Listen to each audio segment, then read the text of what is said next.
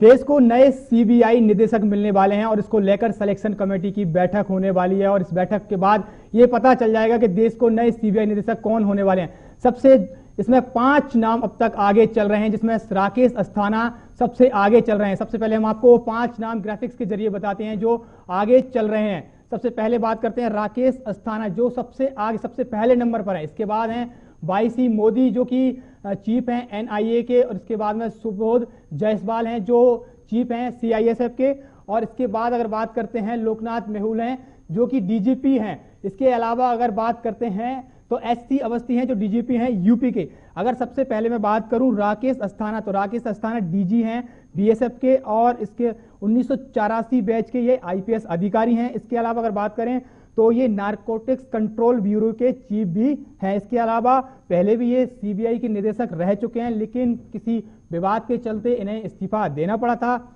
अगर बात करें इन पे सीबीआई निदेशक रहते हुए रिश्वत लेने का आरोप लगा था, जिसके बाद इनको इस्तीफा देना पड़ा। हालांकि मामले में इनको क्लीन चिट अब मिल चुकी है। अगर मैं वाईएस मोदी की बात करूं तो ये एनआईए की चीफ हैं और मूल रूप से हरियाणा के रहने वाले हैं और 1984 बैच के आईपीएस अधिकारी हैं और राष्ट्रीय जांच एजेंसी के महानिदेशक ये फिलहाल हैं। और सबसे बड़ी बात है, गोधरा जो दंगे हुए थे गुजरात में, उस जांच कमेटी में इनको हिस्सा बनाया गया था। इसके अलावा भ्रष्टाचार के केस और विशेष अपराधों की जांच के लिए भी इनको चुना गया था। कई बार ऐसी जिम्मेदारियां इनको दी गई थी और इसके अलावा इन्हें उत्कृष्ट सेवा के लिए पुलिस का मेडल भी मिला है। और बात करें प्रेसिडेंट मेडल भी इनको दिया गया है या उससे भी नवाजे ये गए हैं।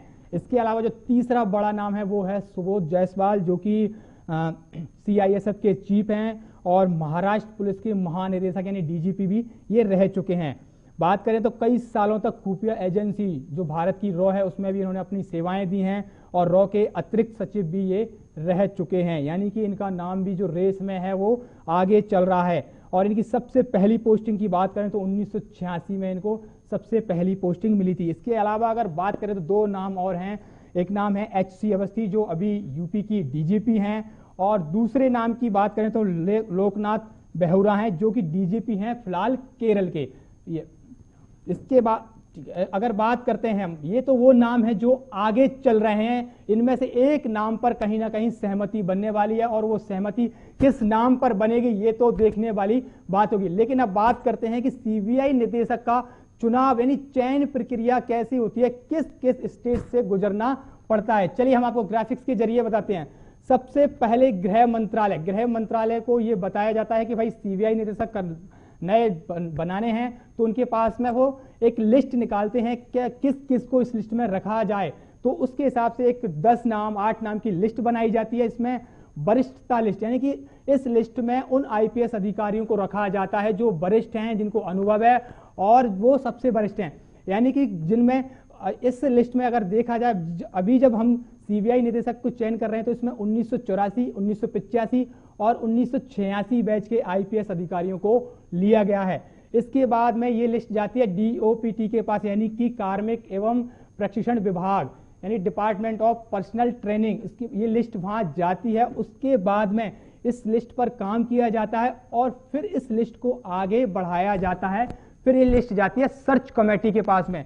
सर्च कमेटी इस लिस्ट में जो आईपीएस के नाम दिए जाते हैं उनको लेके काम करती है, उनका रिकॉर्ड यानी ट्रैक रिकॉर्ड, उनका रिकॉर्ड ट्रैक करती है। इन पे किस तरह की इनका रिकॉर्ड रहा है, कैसी इनकी सेवाएं रही हैं और इनका व्यवहार कैसा रहा है और किस तरह के इन पे आरोप लगे हैं, इस सबको ट्रैक किया जाता है। इस ट्रैक करने के बाद में ये लिस्ट होती है फिर फाइनल, यानी कि फाइनल लिस्ट में तकरीबन 3 से 4 नाम होते हैं जिनको ट्रैक रिकॉर्ड के बाद में किया जाता है, यानी कि फाइनल लिस्ट एक बनाई जाती है जिसमें 3 से 4 नाम या 5 नाम या 4 नाम हो सकते हैं। इसके बाद में ये लिस्ट जाती है सिलेक्शन कमेटी। सिलेक्शन कमेटी में होते हैं पीएम मोदी और विपक्ष के नेता और सीजीआई। इस 3 लोग इस सिलेक्शन कमेटी में होते हैं जो ये डिसाइड करते हैं कि अगले सीबीआई के निदेशक कौन होंगे, यानी कि इस तरह से ये सारा प्रोसेस होता है। सबसे पहले गृह मंत्रालय, फिर एक वरिष्ठता के आधार पर लिस्ट बनाई जाती है, फिर डीपीओटी के पास ये लिस्ट जाती है, फिर सर्च कमेटी के पास लिस्ट जाएगी, उसके बाद में इनका रिकॉर्ड ट्रैक किया जाएगा, फिर लिस्ट को सेलेक्ट किया जाएगा, फाइनल लिस्ट बनाई जाएगी, फिर फाइनल लिस्ट जाएगी सिलेक्शन कमेटी के पास जिसमें 3 लोग होते हैं। प्रधानमंत्री नरेंद्र मोदी होंगे यानी कि पीएम जो भी हैं, और उसके बाद सीजीआई होंगे और लोकसभा में जो भी विपक्ष के नेता हैं, उस वक्त लोकसभा में विपक्ष के नेता अधीर रंजन चौधरी हैं और सीजेआई हैं एबनी रमना। अब ये लिस्ट वहां जाएगी, उसके बाद में पता चलेगा कि अगले सीबीआई निदेशक कौन होंगे। 3 या 4 नामों में से एक पर मोहर लगाई जाएगी। उसके बाद में सीबीआई निदेशक देश के बना दिए जाएंगे, यानी कि इस कमेटी का डिसीजन जो होगा वो फाइनल होगा। इससे पहले अगर 1997 की अगर हम बात करते हैं तो सीबीआई निदेशक के लिए सिर्फ केंद्र सरकार ही थी लिस्ट निकालती और केंद्र सरकार अपने हिसाब से जिस अधिकारी को रखना था उसको रखा जाता था। लेकिन इसके बाद में इसमें चेंज किया गया और अब इसको कर दिया गया है कि सिलेक्शन कमेटी का एक पूरा प्रोसेस होगा, उसके बाद ही सीबीआई निदेशक का नियुक्ति होगी और ये नियुक्ति 2 साल के लिए होती है। 2 साल के बीच में इनको हटाया नहीं जा सकता। अगर हटाना है या ट्रांसफर करना है तो उसके लिए कुछ विशेष कारण रहेंगे और विशेष बैठक एक बुलाई जाएगी, उसके बाद ये सब फैसला लिया जाएगा। तो फिलहाल इतना ही और देश दुनिया की तमाम खबरों के लिए आप देखते रहिए JK 24/7 न्यूज।